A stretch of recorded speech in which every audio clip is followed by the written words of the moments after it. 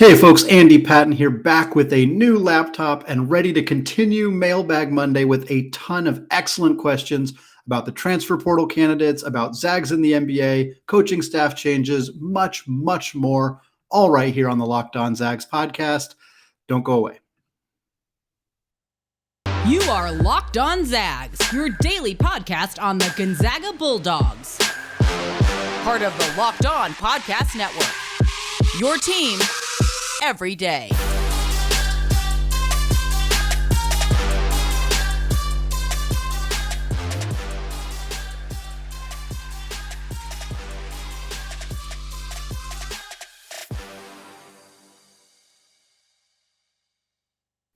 What is going on, y'all? Welcome to the Locked On Zags podcast, part of the Locked On Podcast Network, your team every day. I am your host and longtime Gonzaga podcaster, Andy Patton, here to bring you news and updates on all things Zag athletics. Today's episode of Locked On Zags is brought to you by Stat Hero. Stat Hero is reshaping the way you play fantasy sports. Dozens of house-based games to play daily. No sharks, no funky props, just your skill versus the lineups you choose. Sign up today at stathero.com/lockedon. I also want to thank all of you who make Locked On Zags your first listen of the day, especially now that we are into the off season. It is very much appreciated. I also appreciate all of you who check out the show on YouTube. We are there live on YouTube every episode. Just go to YouTube, search Locked On Zags, hit that subscribe button. I really, really appreciate it. Very, very close to 500 subscribers, which has been our goal all season long. So really appreciate all of you who have helped and will help us get there.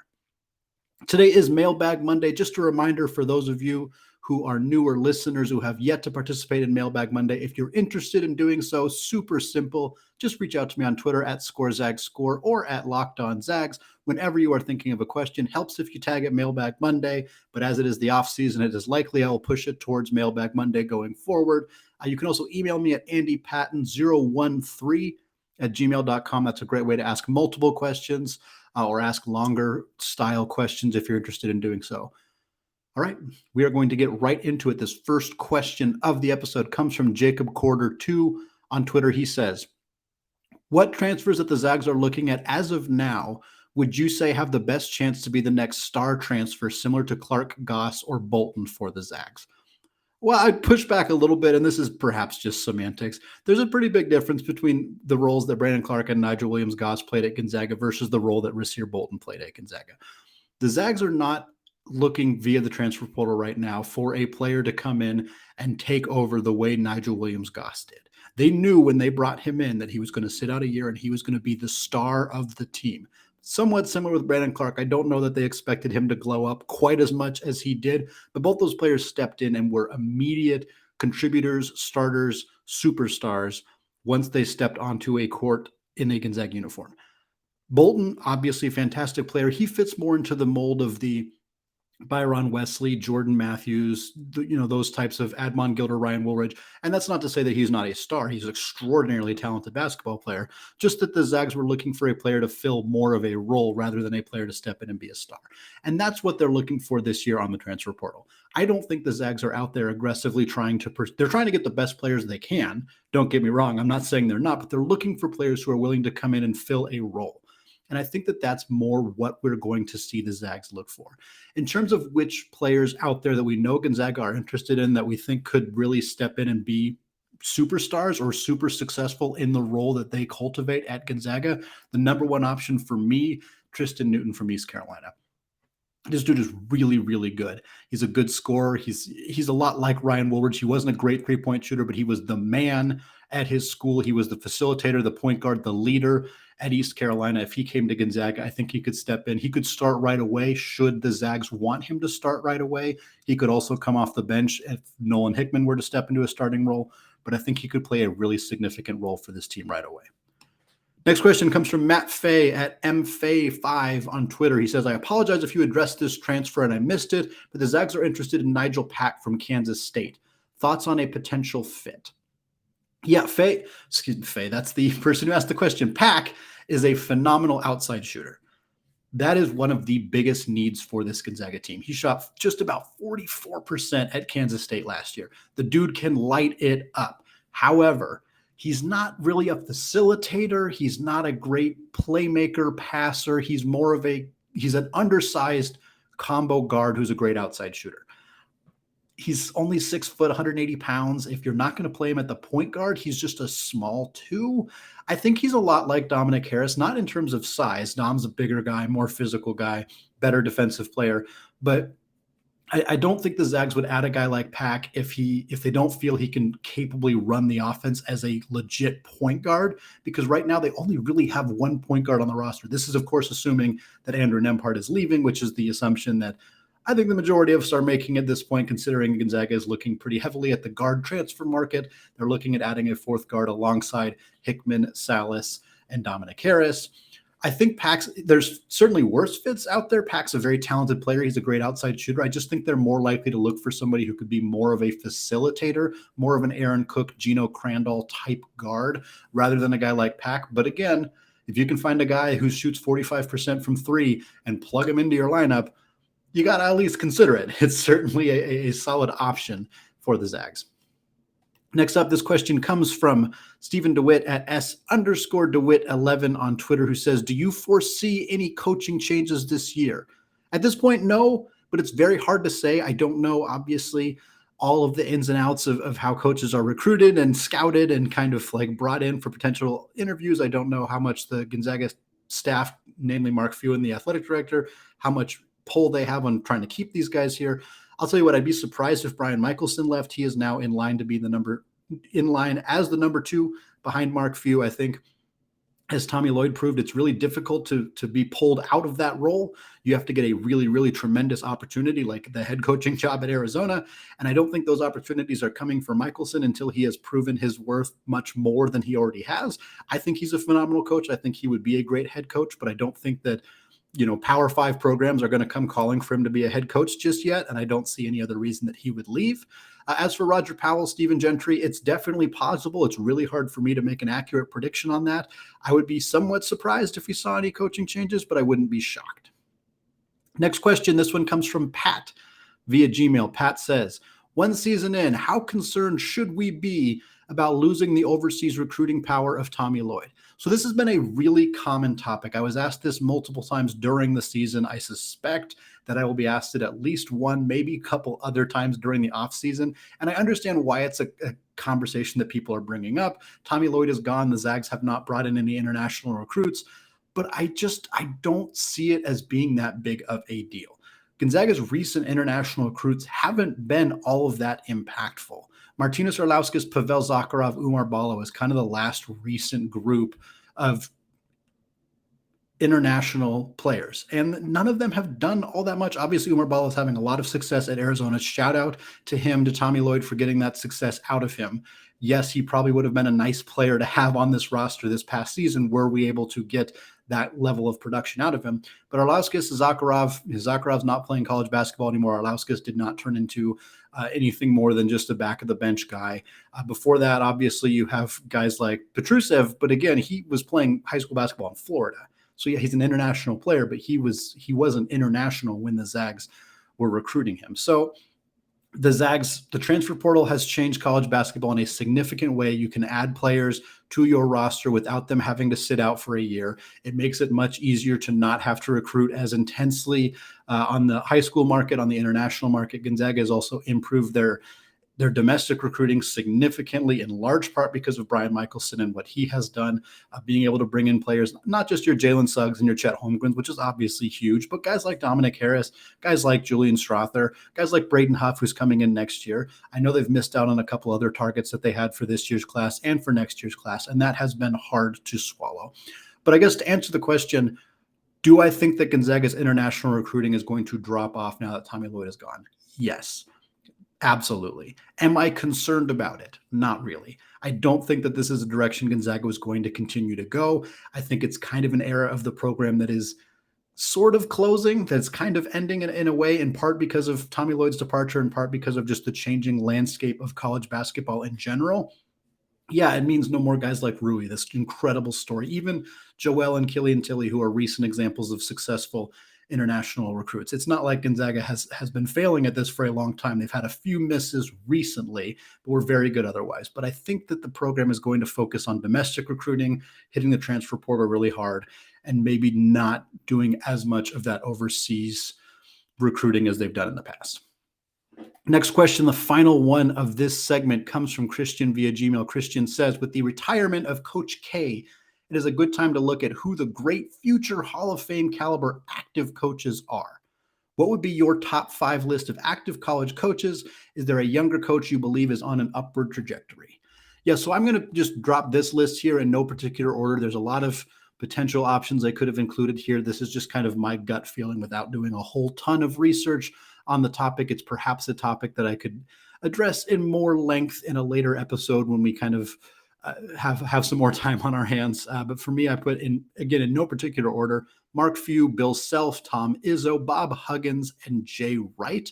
I think obviously there's definitely some other names that could be considered in here. John Calipari as a player or as a coach I did not put on this list. Jim Boeheim is a coach I did not put on this list. Obviously candidates as well. I was not including Krzyzewski because we are considering him retired as of this moment.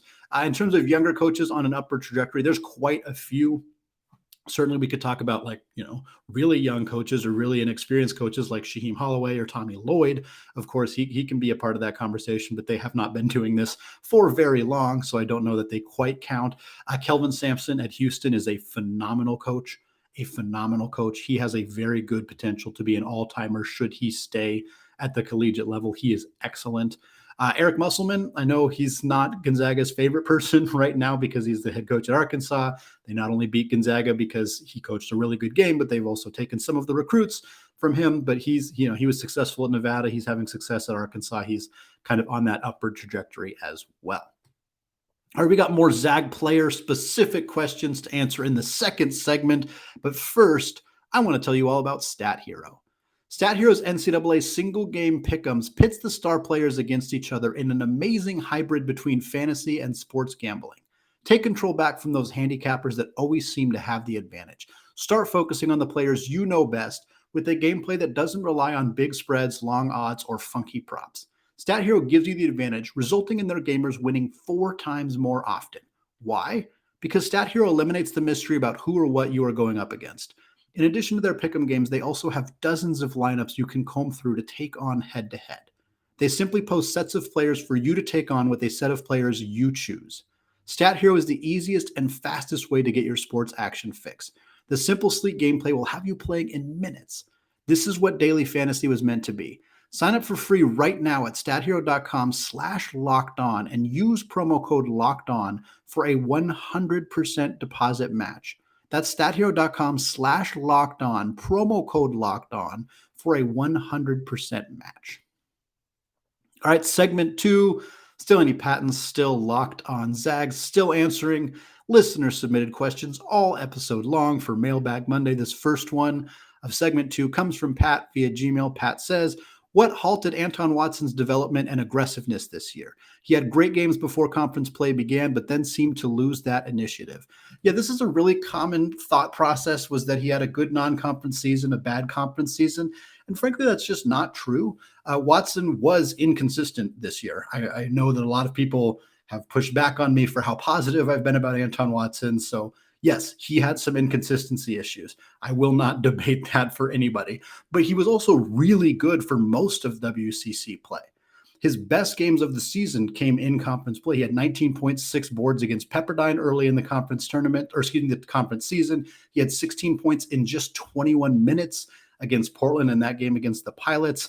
In fact, if you look at a 16-game stretch, this is from December 4th to February 16th. So this covers a huge chunk of WCC play, over 6 weeks of conference action, from 12-4 to 2-16, over 16 games. Watson averaged 11 points. He shot 61.5% from the field. That included 66% on 2-pointers and 35.7% on 3-pointers. We've been considering Watson this very, very bad 3-point shooter throughout his career. And I'm not going to say that he's been good, but for a 16-game stretch, which is half a season, he was 36%, which is league average. That's pretty good. And again, this period, it started before conference play started. Obviously, it was against, the Merrimack and the Texas Tech game. And North Alabama, and some of those games that were a bit of a gimmies, but it also extended into conference play. What happened after that, though, is he went on a really bad cold streak. Basically, he started the season out pretty cold. He did really well for about a half a year, and then he ended the season on a cold streak. Part of that, fatigue. I think it's reasonable to expect that fatigue was an issue here for a guy who has never really played a full season because he had injury issues as a freshman. He had injury issues as a sophomore. I think he just got a little bit gassed. I think we saw a lot of Gonzaga's players get a little bit gassed as the season went on. That's the perils of a really, really fast-paced team only playing 8 players. So you're going to get some guys who are going to get a little wiped out. I think they ran into some really good teams at the end of the year. Most of Gonzaga's players did not play well the last 10 games of the season. It's not just Anton Watson. It was a lot of the players on the team. It was partly fatigue. It was partly that they played San Francisco twice. They played St. Mary's twice. They played BYU in there. They played 3 NCAA tournament games. Those are all tough opponents. Anton Watson didn't play as well down the stretch, in part because he played bigger players, he played better players, and he was tired. I do think Watson needs to prove that he can do this stuff over a full season. He can be a 65% shooter from the field. He can be a decent to league average 3-point shooter. He needs to prove he can do that for a full season. He has not done that yet. But I don't think that Watson basically just had some ups and downs throughout the season. That's really all that it was in my view. Next up, this one comes from Matt via Twitter DM. Matt says, I'm extremely curious about how NIL might influence good college players, but not necessarily lottery picks, to stay an extra year or two. Is there any data out there regarding NIL? I'm also curious how Gonzaga might stack up against other blue blood programs. I have to imagine NIL is going to be part of the sales pitch. GU has a national brand, but a small market. However, that small market makes our players bona fide celebrities in Spokane and a true marketing commodity. Alternatively, bigger schools with larger booster resources may have some serious corporate relationships that can hire kids and pay more than our local businesses. So data hasn't really come out yet. NIL has been around less than a calendar year. I think it's important to remember that. This rule went into place in July of 2021. So we just haven't had a lot of time to really process how all this is going to work. This right now is the first time that we're seeing student athletes really have, in the basketball landscape, have to make the decisions of, do I want to come back to school? Do I want to go play professionally? It's happening right now for the first time. So we'll have at least 1 year's worth of data set after this NBA draft. And obviously we'll continue to collect data after that and kind of make some determinations. I think there's a very real possibility that more student athletes will consider coming back to school in various sports, including men's basketball, because of this ability. As for the small market national brand argument, yeah, Spokane definitely loves the Zags and definitely has the ability to market that to student athletes. I think a lot of other programs do too. Obviously, you look at some of the bigger programs, or at least the Power 5 schools, a lot of them are not in super huge towns. Obviously you have UW or UCLA who are in these huge cities, but you also have like schools in the Midwest or schools in the SEC or ACC, like they're not all in huge towns. So this is not necessarily an advantage that only Gonzaga has.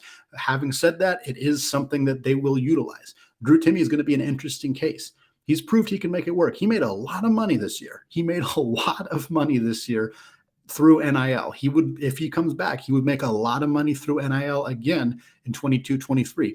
Probably not as much money as he'd make playing professional basketball, but there's an argument that it's close. So we'll see what his decision is. I don't think that his decision is necessarily, what we should consider all student athletes are going to do going forward necessarily, but he is an interesting kind of linchpin for how this might work for other student athletes in his situation as a great college player who doesn't have a lot of high-level NBA prospects necessarily. Next question, another one from Pat via Gmail. Pat says, Will or can Caden Perry take a medical redshirt year? So he can apply. He can absolutely apply for a medical redshirt. There's a good chance he has already filed said paperwork for a medical redshirt. He did play in 8 games, so this will be a decision up to the NCAA compliance office. I worked at higher education universities. I worked at Seattle U. I worked at the University of Portland. I worked with our compliance office very closely for 5 years at those 2 schools. It is hard to predict what the NCAA will do. Sometimes they will grant waivers for situations that you were not expecting them to grant a waiver. Sometimes they will deny waivers that you absolutely expected would go through. It is hard to say. I suspect the Zags are filing a waiver for Caden Perry. I think there's a decent chance they will get it. but I also don't know for sure. I don't know how much it matters. I don't know how much Caden Perry is interested in potentially having that extra 5th year of eligibility. May not be something that he's super keen on having, but I would be surprised if Gonzaga has not already filed the paperwork for that to go through. Next question comes from Dad Risk on Twitter. Dad Risk says, can we all begin the Strother at the 4 campaign now, like we did for Kispert a couple years ago? He has Kispert's size and rebounds well, and Harris and Salas both have the size to guard threes. Sorry, Anton, but I say we start Hickman, Salas, Harris, Strother, and go small again.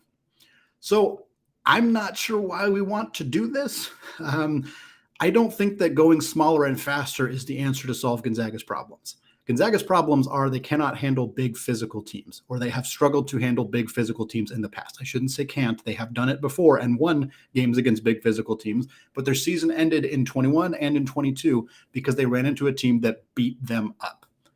When you look at what happened in 21, that season with Jalen Suggs and Corey Kispert and Joel Iayi, they had no rim protection and they had very little front court depth. Corey Kispert spent all of his minutes playing the 4. I think in a lot of ways that worked to Gonzaga's advantage in the regular season. They could outrun teams, they could outshoot teams, they outpaced basically everybody that they played, and they did that last year as well. And they did it last year along with a great rim protector in Chet Holmgren. But at the end of the day, neither of those two teams won championships. And they were already the fastest team in the NCAA. They've been like the fastest or one of the fastest, highest paced teams in the country the last 2 years. I don't think they need to keep trying to get faster. I don't think that that's the issue. Having said that, do I think Julian Strother should spend some time at the 4 this upcoming season? Yes, depending how the roster shakes out. If Drew Timme leaves, I think they're going to find some bigs in the transfer portal, 1, maybe 2 potentially, depending. But even so, I think we're going to see some lineups with Strother at the 4. And I think there's a lot of opportunity for that to be a lineup that works really well for Gonzaga against certain teams. But I don't think it should be the primary lineup. I think Gonzaga needs more size. They need more physicality.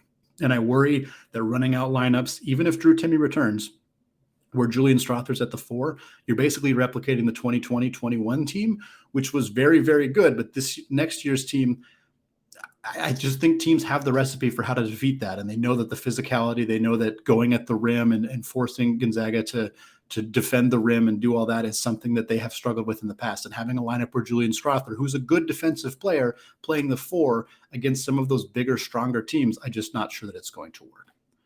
Next question comes from Theodore via Gmail. Theodore says, in your opinion, which Zag team so far has been the best? I think it's either 18-19 or 2021. Yeah, it's 2021. I personally, I don't think that there's much debate. And yes, we could talk regular season. You could talk, 16-17. They only lost 1 game in the regular season. That 18-19 team was absolutely stacked. They were so, so good. Josh Perkins, Zach Norvell, Rui Hachimura, Corey Kispert was on that team. Brendan Clark was on that team. And that team was loaded. Killian Tilly was on that team. Absolutely loaded. Phil Petrusev was a freshman on that team. Really good. They lost in the Elite 8. The 2020-21 team did not lose a game until the championship game. I think for me, that has to take the cake. That was an incredibly fun season, a fun team. If those two teams played each other, I think you played each other 10 times out of 10. One team probably wins 5 times. The other team probably wins 5 times. I think they're fairly evenly matched teams, and they're differently set up. Obviously that 18-19 team had a lot more size and depth in the front court, whereas the 2021 team had more depth in the backcourt and really, really talented guard play. But I think I would take the 2021 team. Next question from Pat via Gmail. Pat says, do you have thoughts on why the Zags so often have a slow first half and then reset for a better second half? Is our scouting and game planning suspect? No, I do have thoughts on this, and it's not that. Basically, what I think that this is, Gonzaga, especially offensively, they know what they're going to do. They have a strategy of if it ain't broke, don't fix it. They're going to get out and run. They have the specific offensive sets that they run. They're going to get the ball to Drew Timme, specifically talking about last year's team, obviously. So every team in the country who's watching Gonzaga, they know what they're going to do. But Gonzaga is not going to come out and try to do something different. They have the best offense in the country the last couple of years. There's no reason for them to come out and try something unique, to change things up, to try to, they're not going to do that. So the opposing team, 100% of the time, knows what Gonzaga's strategy is going to be going into that game. They, however, have the ability to try something completely different. And in conference play in particular, and notably this year in the NCAA tournament, teams came out and did things differently. They tried different defensive sets. They tried switching different. They tried handling things differently. And Gonzaga had to adjust to what they were doing differently, because Gonzaga was going to come out and just try to do their own thing. And then the game starts, the other team's doing something differently. Gonzaga has to try to make adjustments. I wish that they would make adjustments sooner. It seems like they wait until halftime to make some of those big sweeping changes, and then we see them come back. I wish some of that had happened a little bit sooner, and I think that that's a reasonable criticism of Coach Few and the staff in general. But I think that part of the reason that we see them come out a little bit slow in these first halves is because the other team is trying something completely different than what Gonzaga thought that they would do. And because Gonzaga is going to continue to try to do what they do best until the other team proves they can stop them, they kind of it lends itself to opportunities for them to get beat early in the game and then figure out how to adjust after that. All right, 2 segments down. I'm going to come back in the 3rd segment. We're going to answer even more listener-submitted questions. Before we get there, though, I want to tell you all about BetOnline.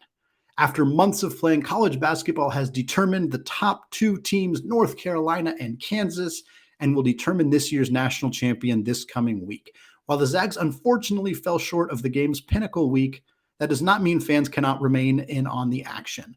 BetOnline.net is your #1 source for all your betting needs and sports info. For all the latest odds, contests, and player props, you name it, BetOnline remains the best spot for all of your latest sports developments, including podcasts and reviews for all the leagues this season. And it's not just basketball. BetOnline is your continued source for all of your sports wagering information needs, including live betting and your favorite Vegas casino games. Heck, they even have lines on a fight between Will Smith and Chris Rock, should you be so inclined. Head to the website today or use your mobile device to learn more about the trends and action. BetOnline, where the game starts.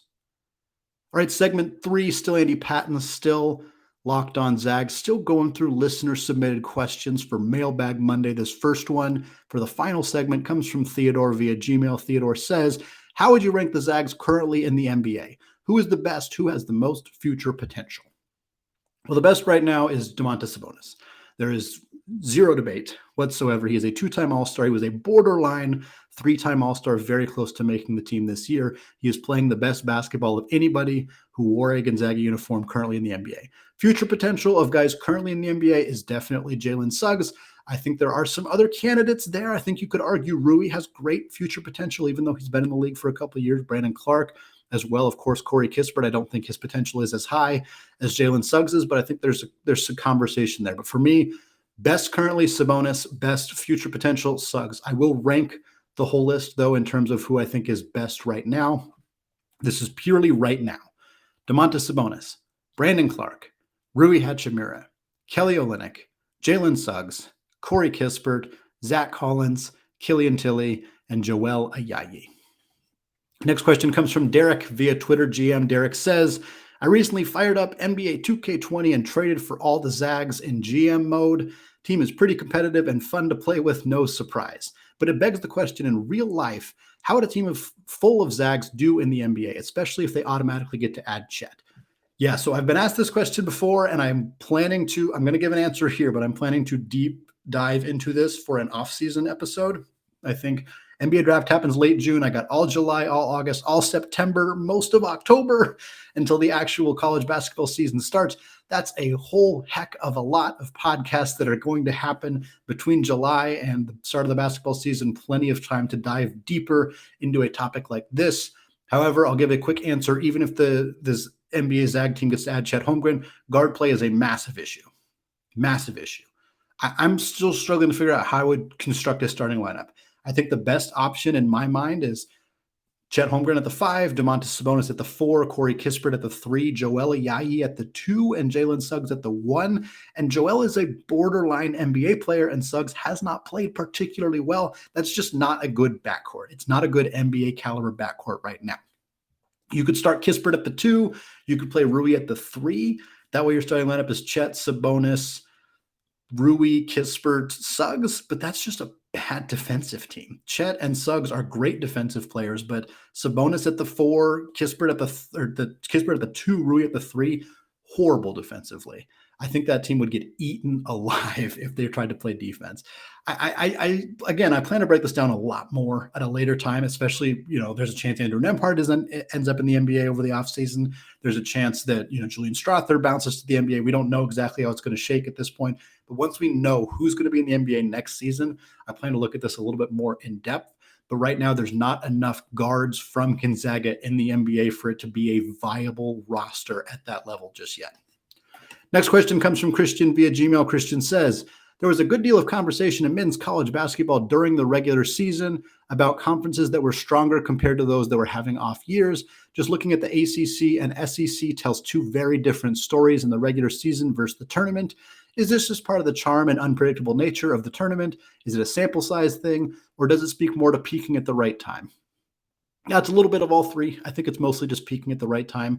I also think people like to ascribe meaning to how a conference does more than they should, I guess is the best way to put it. I think that obviously all teams are individual, and yes, they spend the majority of their season playing against the rest of the teams in their conference. So how their conference performs does have some relevance. I'm not saying that it is entirely irrelevant, but Miami winning a couple games in the NCAA tournament does not mean that we were all collectively wrong about the ACC. I just don't buy that. Miami got hot at the right time. A more specific example, North Carolina got hot at the right time. They were a good team to begin the year, then they underperformed. Again, it doesn't say a lot about the ACC necessarily, just that North Carolina wasn't good for large chunks of the season and got really good at the right time. And now, by the time you're listening to this, they have a legitimate chance to win a national championship as an 8 seed. A very incredible story. I don't know that it necessarily says a lot about the state of affairs in the ACC this past season, whether people were wrong. I just don't know that I buy it. SEC, same thing. A lot of teams fell on their face. Kentucky losing to a 15 seed was embarrassing for Kentucky, for John Calipari, for the program.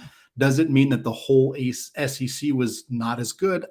I don't know. I don't know that it means that necessarily. I don't believe entirely on ascribing that amount of value to that loss. Yes, obviously Auburn also lost early in the tournament. Tennessee, I know that the SEC had a really rough NCAA tournament, but I don't think it means that the whole league just wasn't as good as we thought that it was. I think it's just more random variance than anything. And just like you said, it's hard to win games in the NCAA tournament. Sometimes it's just as simple as that.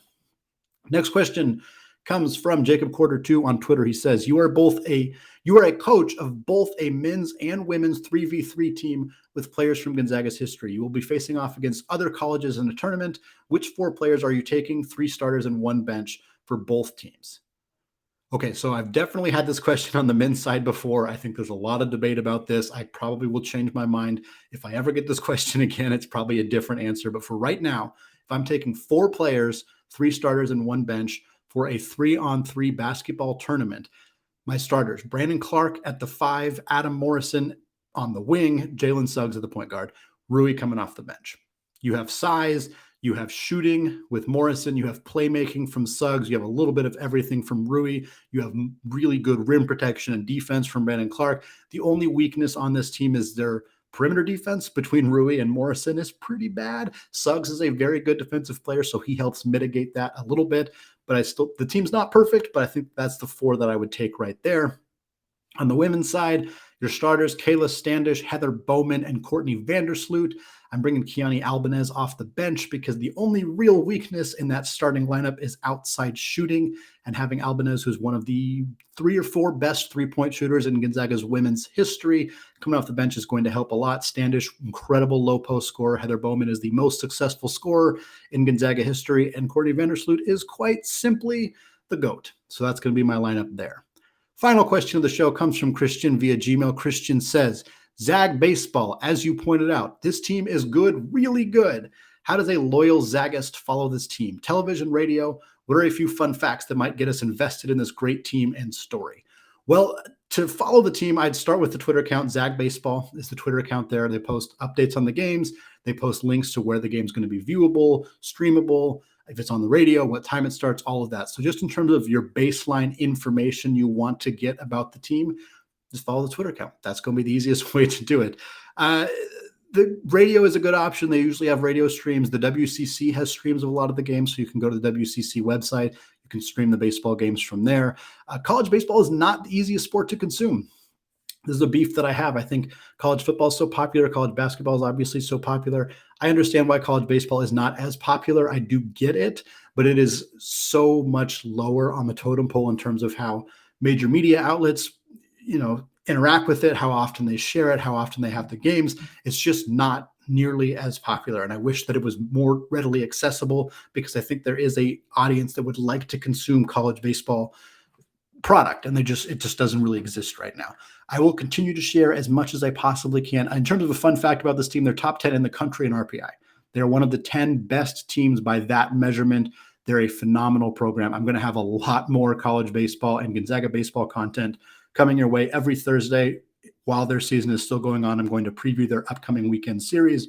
I'm hoping to have guests, former players from the baseball program, potentially some of the coaches as well. So we're going to have a lot of Gonzaga baseball talk coming your way, which will help people like Christian, as he described as a loyal Zagist, will help those folks find ways to interact with this baseball team as they continue one of, if not the most successful season in school history.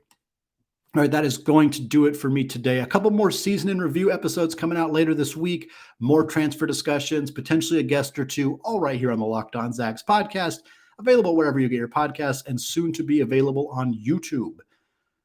Excuse me, it's already available on YouTube. You know that. It is on YouTube. Go to youtube.com, search Locked On Zags, find it there. Another reminder, podcast links will be available on Twitter at Locked On Zags and on my own Twitter account, which can be found at ScoreZagsScore.